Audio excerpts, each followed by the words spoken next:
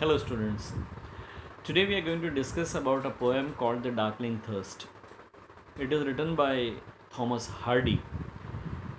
The poem is symbolically explains the end of the century. Here darkling means darkness, and how darkness or this sadness was removed by a small bird called Thrush. Now it was the end of 19th century and the beginning of the 20th century. So it is a rich metaphor because, as I told you, darkling means it means the darkness, and probably it is giving its way to tell you about the optimism of the life through some small changes. You should read one more poem called The Dust of Snow by Robert Frost. These two poems are somewhat ideologically they are a bit similar actually. Now it's a dusk time, evening time, and it's a the poet was in a very sad mood actually. It was symbolically explains that it was the death of a century, and winter also explains that it was the time when people were confined to their home in the northern hemisphere. People, they don't go out into the winter because of the absolutely unfavorable climatical condition. It is a contrast also because within the time frame of that particular sadness there is a hope, there is something which can be referred to as as hope somewhere down the line. And when a person is in a sad mood, he sees everything around him with sadness. If you are sad and if you see the sunset, you will not enjoy the sunset. You will say that it is the end of the day. Or otherwise, in a normal day, everything is fine. Sunset is fine. If you are in a sad mood and if the rainfall takes place, you will say, what is this? Actually, I am not enjoying. It's going to make me more trouble. It's going to put me in more trouble. Or otherwise, you will enjoy it. You see? So when person is sad, normally he sees everything around him as a sad thing, all things. In this poem also, poet has seen the snowfall, sad, evening, sad, people going back to their home, sadness, tree surrounded by the creepers and trapped by the creepers, sad, whatever. But there is a hope. There is something which might as well change the mood, and that is the bird. Let's go through stanzas actually. In the beginning, he writes that I leant upon a canopy gate when a frost was spectre grey, and winter's drags made desolate the weakening eye of the day.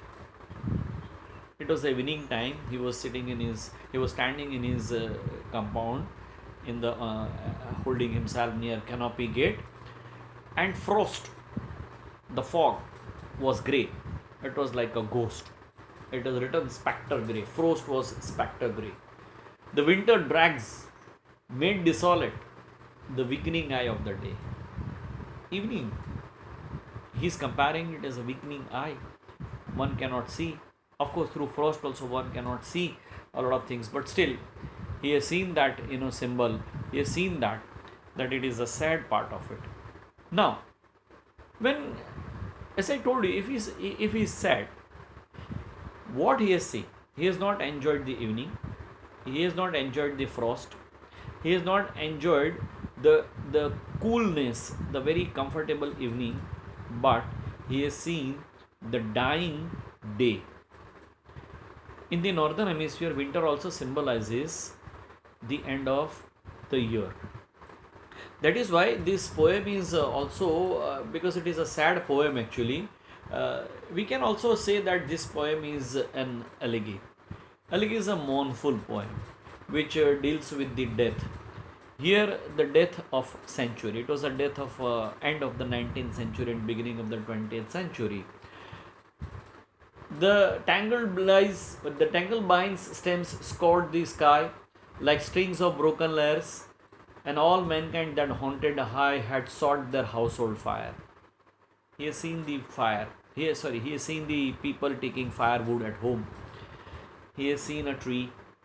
It was tangled with the you know the creepers, or otherwise the creepers has to take a support of a tree. In a positive side, if you think, it is the positive thing that the creeper takes the support of the tree and climbs all the way up to the sky. But here poet doesn't see that. He sees the sadness. What he saw, that the creeper is entrapping, it's giving trouble to the tree, and it is scoring up to the high, up to the sky, and people are going back to their home, taking the firewood. The land's sharp features seem to be the sanctuary's corpse outlet. He scraped the cloudy canopy. The wind has death lament. What he has seen the death of the sanctuary. He has compared the very sharp features. Sanctuary is compared with the dead body corpse, and now he says that it is in a cloudy canopy. I was standing near the canopy. It was quite cloudy around me, and even the wind sings this sad song. Wind blows very gently at that time, but still he feels that it is a sad song sung by the wind. So here a sanctuary is personified with the dead body, that is the corpse. The ancient pearls of German birth, the German birth has shrunken hard dry, and every spirit upon earth seem fervorless as I. Every. Now, in the winter, nature is generally a standstill. Life's vibrancy is decayed, or it is decreased. Sometimes it may even stop. You can't go out. The dormant environment that feeds that poet's very brooding frame of mind, very sad frame of mind, and the intensity, the scale of sadness keeps on increasing. So his observation becomes dull in every manner actually, and that dullness increases, escalates, and it escalates to even a level of despair. The poet only sees the world without promise or future. Now that's why we always have to remember one thing, that at the time of sadness, one must keep a peace of mind, calmness. He must see the positivity around it, or he must try to find that positivity somewhere, because in this state of mind one may take a very wrong decision. That is why at the time of sadness one has to sit down very quietly, in a meditative mood rather. One has to sit down very quietly in a meditative mood and think the probabilities, the pros and cons of the life. At once voice arose among the bleak twigs overhead in a full-hearted even song, a joy illimited, unlimited joy suddenly. Why? Among the bushes there was a bird, thrush, and it started singing. Although the thrush is not a very beautiful bird, it is an ordinary bird actually, and it was a winter time, its feathers were not very good, you know so it was nothing to do with something but voice. The quality of voice was excellent, and suddenly at once the voice arose among the bleak twigs overhead in a full-hearted even song of a joy unlimited joy suddenly started. An aged thrush, frail, gaunt, and small, in blastly ruffled plume, had chosen thus to fling his soul upon the groaning gloom. So, a small song of a bird has changed the mood of a sad person. Positivity came out so strongly that despite the fact that there was a gloomy atmosphere around him, he was very sad. He was worrying about the death of a sanctuary. He has compared the sanctuary with the corpse, dead body. Still, a bird has changed the mood.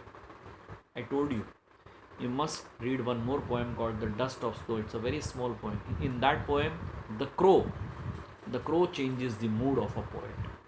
Here, thrush changes the mood of a poet. So, moral of the poem is very simple, that first of all, don't be sad. You know, sadness is a status of mind in which a person can take wrong decision. The moment